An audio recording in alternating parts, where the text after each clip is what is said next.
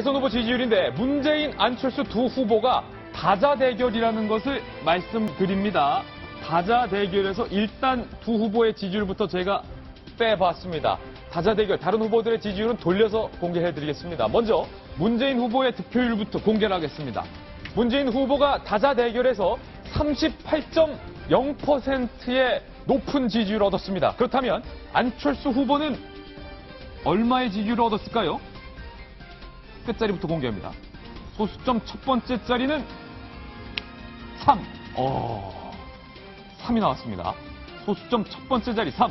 그렇다면 첫째 자리는 얼마가 나올까요? 8.3. 앞자리가 2냐, 3이냐, 4냐에 따라서 두 후보의 승패가 갈릴 텐데요. 과연 앞자리는 38.3이 나왔습니다. 38.0 대 38.3이면 오차범위 아니기 때문에 거의 동률, 두 사람이 거의 똑같이 박빙으로 나왔다는 것을 의미합니다. 정말로 숨이 막히는 지지율인데 그렇다면 다자 대결 결과 다른 후보들은 얼마의 득표율을 기록했을까요? 함께 보시죠. 이렇습니다. 문재인 38.0, 안철수 38.3, 홍준표 6.5, 유승민 2.1, 심상정 2.7. 홍준표, 유승민 두 후보의 합계가 8.6% 정도 나왔군요. 일단은 윤태호 실장님, 문재인, 안철수 두 후보의 대결만 놓고 얘기하면 한 주가 지났는데 2주째 접전이군요.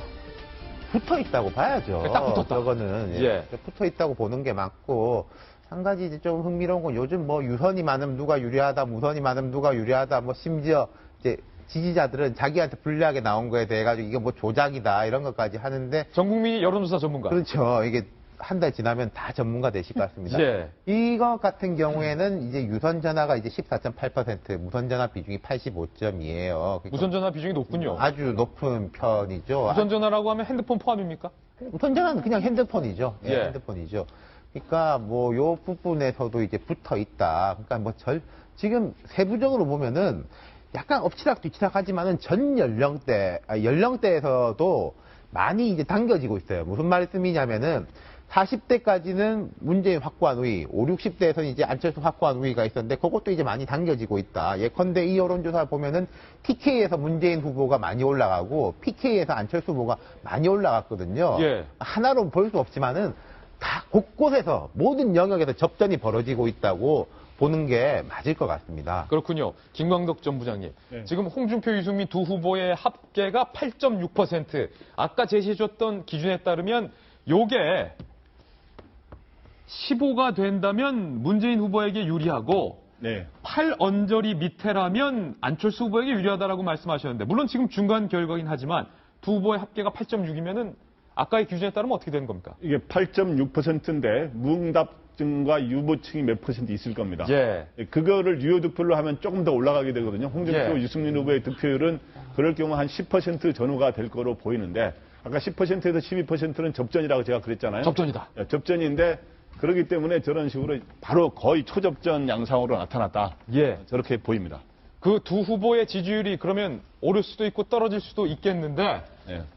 김광덕 전 부장은 그럼 계속해서 문재인, 안철수 두 후보의 지지율보다 홍준표, 유승민 후보의 지지율을 좀 주목해서 봐주십시오. 네, 그걸 많이 보고 있습니다. 예, 저희 도지구쇼에서 그쪽 부분을 그런데 전담으로 좀. 홍준표 예. 후보는 아까 좀 공정하게 이야기해서 홍준표 후보는 어저께 재보선에서 대구 경북에서 이긴 이후로 한국당이 계속 뜰 거라고 주장하고 있기 때문에 예. 한번 여러 가지 변화를 보겠습니다. 그렇군요. 박빙세의 지지율을 기록하고 있는 문재인, 안철수 두 후보가 어제 오랜만에 만났습니다. 악수까지 했습니다. 그런데 불꽃이 튀었습니다. 어제의 만남 함께 보시죠. 이번 사진입니다. 동아일보와 채널A가 포럼을 마련했는데 그 자리에서 홍준표 후보가 두 사람의 사이를 비집고 간 영상도 보여드렸는데 이번은 또 다른 포럼에서 문재인, 안철수 두 후보가 만났는데 악수를 하고 있는데 표정을 한번 보시면요. 좀 심상치 않아요. 안철수 후보는 뭔가 레이저가 나가는 것 같고 문재인 후보의 표정도 웃고는 있지만 굳어있는 듯한 그런 표정. 잘 지내셨습니까? 예. 이게 나눈 대화의 전부였다고 합니다. 잘 지내셨습니까? 예. 당신은 잘 지냈습니까? I'm fine, thank you. And you도 안 물어본 거예요. I'm fine에서 끝난 겁니다. And you, I'm fine, too. 이게 나와야 되는데 대화가 두 사람 사이에 오고 가지 않았다는 건데 김병민 의원님, 네. 이거 살벌하네요. 예, 두 분이 이제 뭐 누가 뭐래도 양강 구도가 붙어 있는 게 사실이기 때문에 경쟁 구도가 심화되는 측면도 있을 거고요.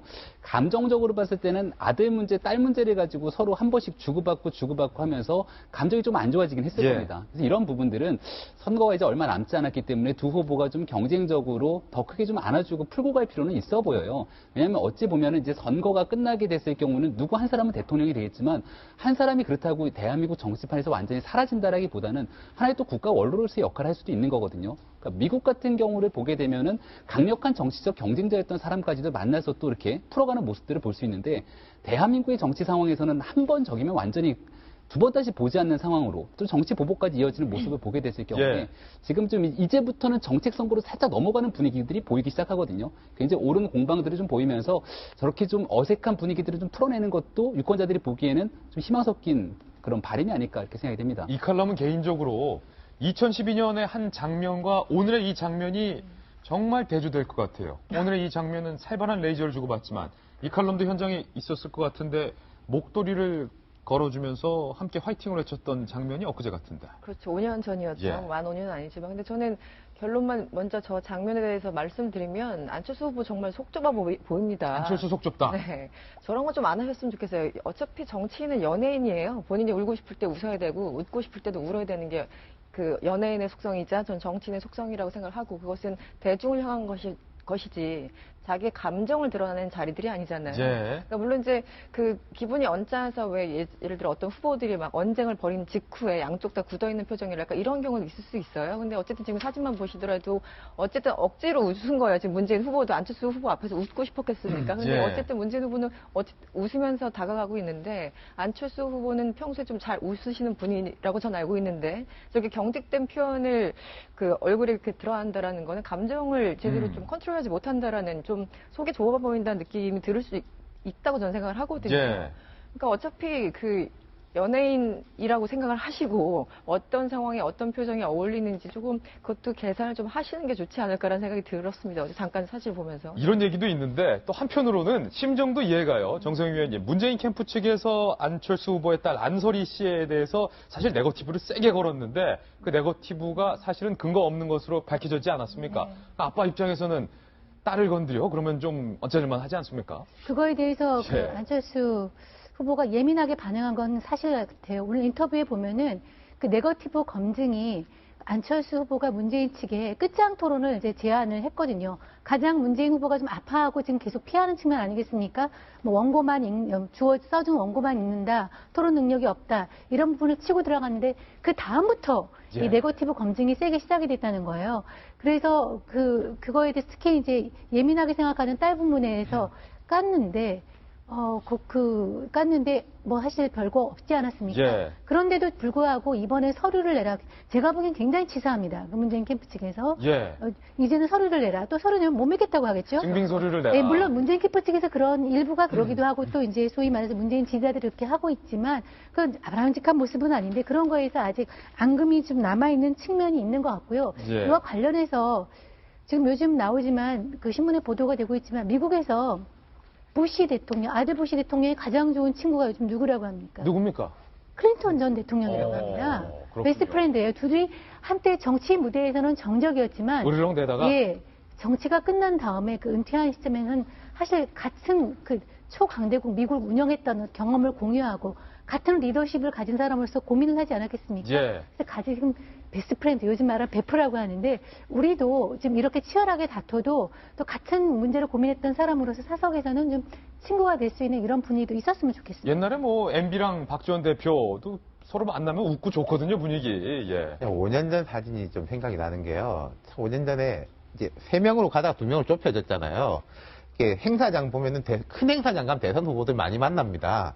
3명 이렇게 3분이 누군지 다 아시잖아요. 이 두 사람은 되게 화기애애하고 친한데 혼자서 이렇게 뼈로 통해가지고 있는 예. 사진들이 많았었거든요. 그때는 그랬다. 그것도 생각이 나.